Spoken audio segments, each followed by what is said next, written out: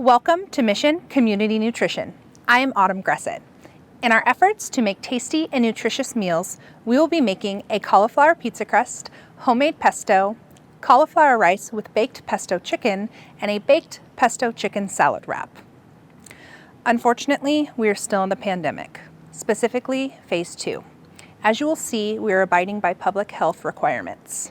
So, let's virtually make our way into the kitchen and get started with Chef Scott Franklin. Today's first menu item is a delicious cauliflower pizza crust. Here to provide the details is our chef, Scott Franklin. Scott, what are the steps to complete this recipe?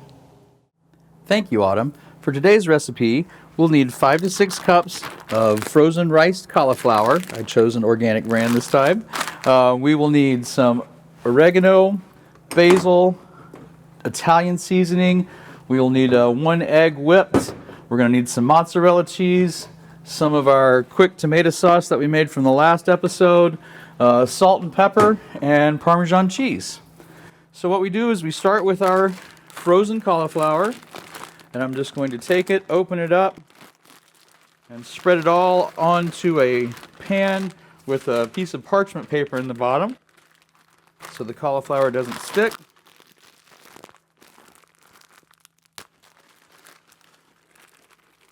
And then we're going to stick this into a 375 degree oven for about 10 minutes.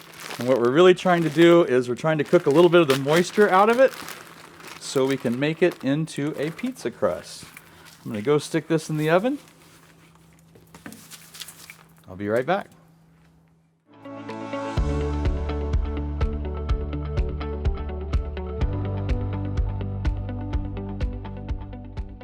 So now that I've cooked the cauliflower for 15 minutes, I've taken it out and I've let it cool just a little bit, and now we are going to remove as much moisture out of this as we can so we can make a perfect pizza crust. So what I'm going to do is take the cauliflower, put it inside a towel. You can use cheesecloth for this if you have cheesecloth, but cheesecloth is sometimes hard to find, so I'm just going to do it in a regular towel, like something you would have at home. I'm just going to put it right in there, and then we're going to go squeeze some moisture out of it. Scott, can they use any type of kitchen towel that they have at home, or is there a specific type that they should be using? You can pretty much use any towel you like. The biggest thing is that it would be clean. You're not going to leave any real residue on this because it's just cauliflower and water, so you should be able to wash it up just fine. But I'm just going to take this towel, I'm going to go over to the sink, I'm going to squeeze it as hard as I can, and I'm going to get a lot of the moisture out of this.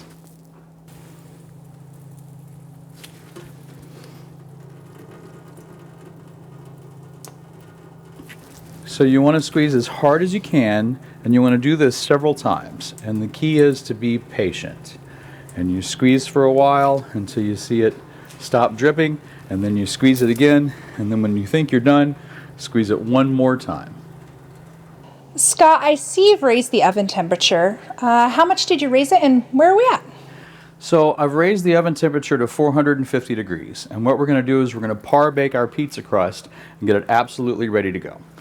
So I've taken our whisked egg, and to that I'm going to add some dried basil, maybe.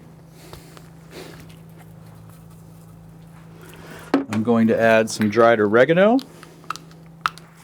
Now I'm going to add some Italian seasoning. What I'm really trying to do here is to put a lot of flavor into our cauliflower crust. This is garlic pepper. And last but not least, our good old friend, salt.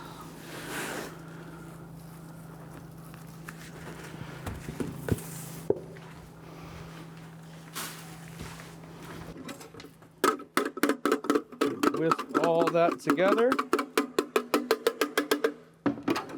now we are going to add our cauliflower.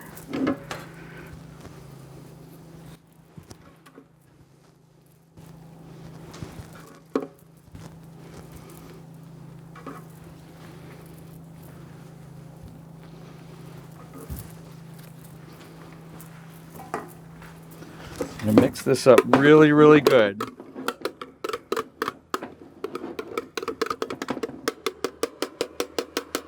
And then two things. We're gonna add a little bit of mozzarella cheese to the internal part of the mixture. So when this cooks, it's gonna cook inside the crust.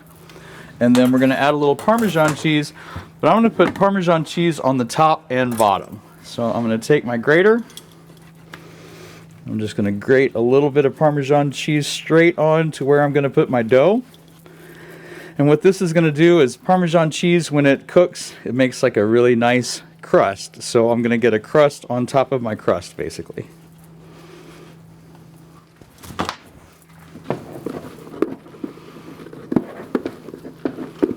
So I work my dough just a little bit, get it really good and mixed, make sure the salt permeates all of it.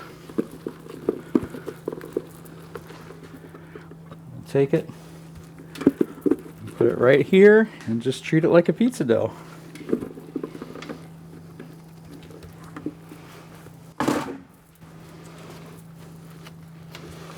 So I'm going to press it. There are a lot of cauliflower crusts that you can buy in grocery stores, and they all work really, really well. Most of them are really thin, so I like one that's a little bit thicker. So I'm going to try and make this about 1/2 inch thick.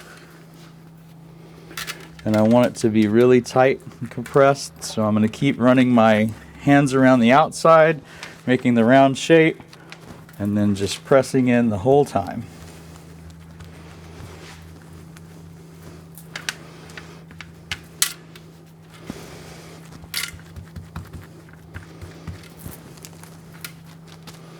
All right, now we're going to take this and bake it in the oven. So we're going to cook this for 20 minutes in a 450-degree oven. And I'm going to take it out.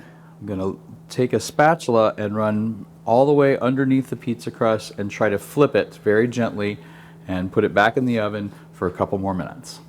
Okay, now that my crust is par cooked, I'm going to take a fresh sheet of parchment paper, spray a little bit of avocado oil down on it. And I'm going to very gently separate and lift my pizza crust. Put it right here on the oil. So the cheese will act like a little bit of glue in all this. So now I'm going to take a little bit of cheese and use that as my glue. Now I'm going to make our pizza. So I take our zesty tomato sauce. Scott, is that the tomato sauce that we made on the last episode?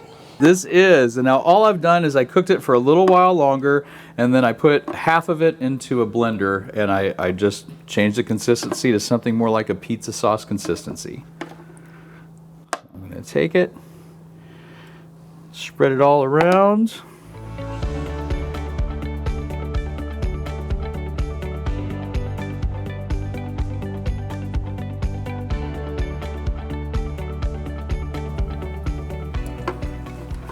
So now that I have my sauce all the way around, I'm going to take some mozzarella cheese. I've used an organic mozzarella I really, really like. I'm going to put a really, really good healthy layer of cheese on it. And then for this pizza, I'm going to use some good big pepperonis that are nitrate free. They're uncured pepperonis. You can find them in most any store these days. Really, really good for you. So lots of pepperoni. Coat it with a little more cheese. Finish it with even a little more cheese. And then on the very top of it, I'm going to go back to our fresh grated Parmesan.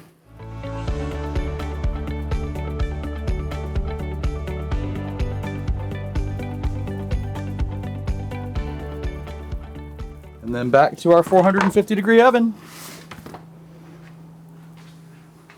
So I'm going to start checking the pizza at about 8 minutes.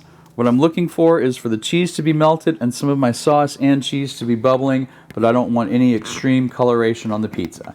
So I'm going to put it in, I'm going to check it at 8 minutes. If it's ready, I'm going to take it out. If it's not, I'm going to keep checking on it until it's ready.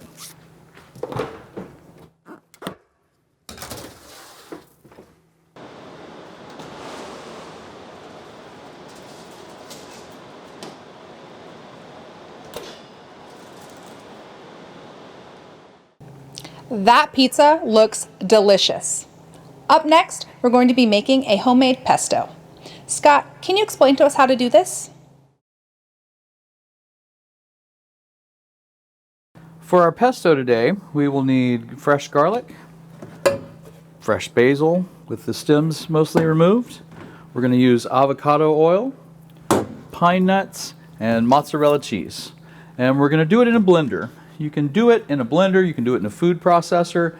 I just find in a blender we'll be able to see what's going on and you'll be able to adjust your oil a lot better in a blender. So here we go. It's just as simple as combining everything in the blender. Garlic, pine nuts, basil,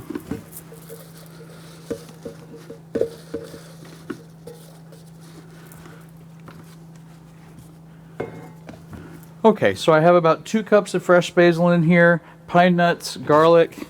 I'm going to add some oil very slowly while I spin it very slowly, and then in the end, before I'm all done, I'm going to add the cheese.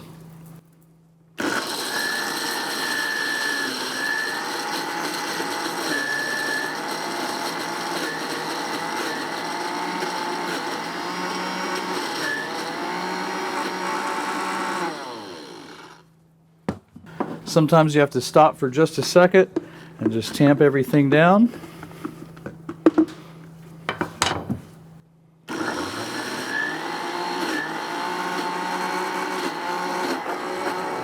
So you keep adding oil till you get to this liquid consistency that you want. It's like a very thick liquid.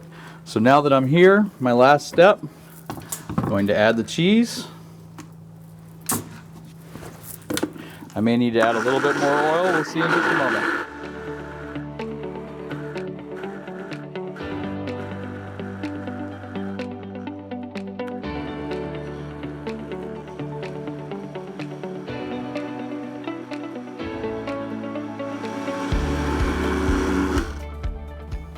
Okay, here's my pesto sauce. That is excellent, Scott. Thanks for showing us this recipe. Up next, we are going to show you how to turn frozen cauliflower rice into a delicious accompaniment to pesto baked chicken. For this dish, we'll need 4 chicken breasts. We'll need 4 cups of cauliflower rice. And what I've done is I've taken the frozen cauliflower rice, given it a little chance to thaw out just a little bit. I did the squeeze trick like we did before, but I just did it once to take out most of the liquid, but I didn't do it like I did the last time. So we're going to take our cauliflower rice, we're going to add some of our pesto sauce to it. Smooth it all around. It's going to cook in here with it. As this starts to cook, some of the water is going to get released from all this and it's going to help steam our chicken. Next I'm going to add some butter. Now, pesto seems like an odd accompaniment to cauliflower rice. Scott, is there other things that you can add pesto to? Absolutely. One thing that you may do is some of these zucchini noodles, they call them zoodles. If I were going to do this, I would put the chicken in the oven by itself, and then I would take the zoodles, combine the pesto with it, and put it in just for the last maybe 10 minutes of the process because the zucchini doesn't need as much time to cook. But this is a great way to get your vegetable and pasta in the same thing. Next, I am going to salt and pepper our chicken breasts. Always super important to get good seasoning and good flavor in.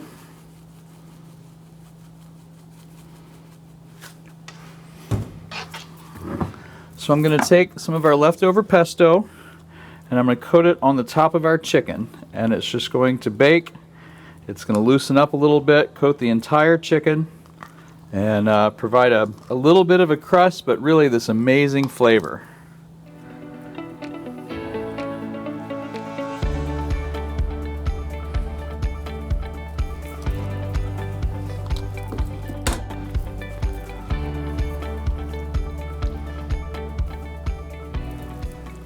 Now I take the chicken, put it on top of the cauliflower rice, and we are going to stick it in the oven.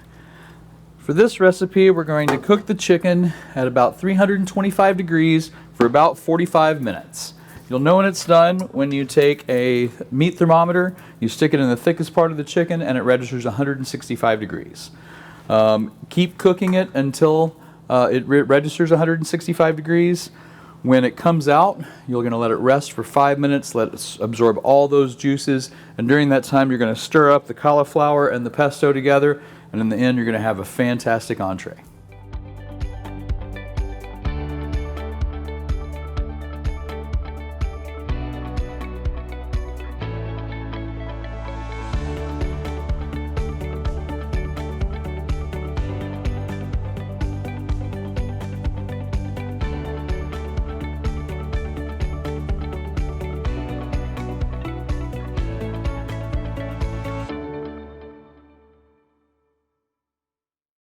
I've said it before, but that really was easy to put together. Thanks, Scott. I can't wait to see how you turn this into leftover chicken salad wraps. To make our chicken wraps today, we will need chicken. This is the leftover chicken from our pesto chicken. Celery, a little bit of pesto sauce. We're going to need some lettuce. Our wrap, this is a organic spinach wrap. Tomatoes and mayonnaise.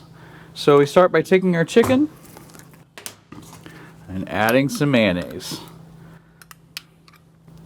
So all of our recipes are on our website. You can certainly look at them, and I do understand people following recipes. When it comes to putting mayonnaise in chicken salad, everybody has their own personal tastes about how wet that they would like it. So I usually start with a couple of teaspoons, then I add all the rest of the ingredients, then I mix it all up and see where we're at for a consistency standpoint. Keep in mind that with any leftovers, you can turn them into wraps. Simple ones like this, or a little bit more fun with your flavors. It's all up to you. Okay, so here's our chicken salad. So now I'm going to take our wrap, place it on the plate. I'm going to put a couple of tomatoes just behind it. Start with some really, really good organic mixed greens. And then add the chicken salad. You can do a simple wrap just like that, and you are ready to go. Quick and easy, once again. Thank you, Scott. All of today's recipes have been simply amazing. Now, let's hear from our partner, registered dietitian Jessica Bean from CHI Franciscan. Scott, thank you so much for showing us these delicious, simple, easy recipes that we can make at home. I encourage all of you, get out into your local farmer's market, your grocery store, pick up these ingredients while it's still fresh on your mind so that you can try it at home and implement these beneficial foods into your food plan. So let's talk a little bit about the benefits of cauliflower. So whether it's cauliflower rice or cauliflower pizza crust, cauliflower is a very healthy vegetable. It's considered a cruciferous vegetable, so similar to broccoli, cabbage, kale, collard greens. You can eat it and get really good fiber, not necessarily have to have the calories with it. It's a great weight loss plan because you can eat a lot of it and not necessarily have the calories from it, but it's very nutrient dense. So what that means is that without the calories, you can still get a lot of vitamins, minerals from it. Specifically, there's a nutrient in cauliflower called choline, and choline is great for your memory, it's great for learning, and it's actually beneficial for healthy sleeping. So before you go to bed, if you work in that cauliflower and hummus or the cauliflower pizza, it's a great nutritious food that you can have before going to bed that gets better night's rest. Also, there's B vitamins in it that are important for our energy. It can help protect against cancer.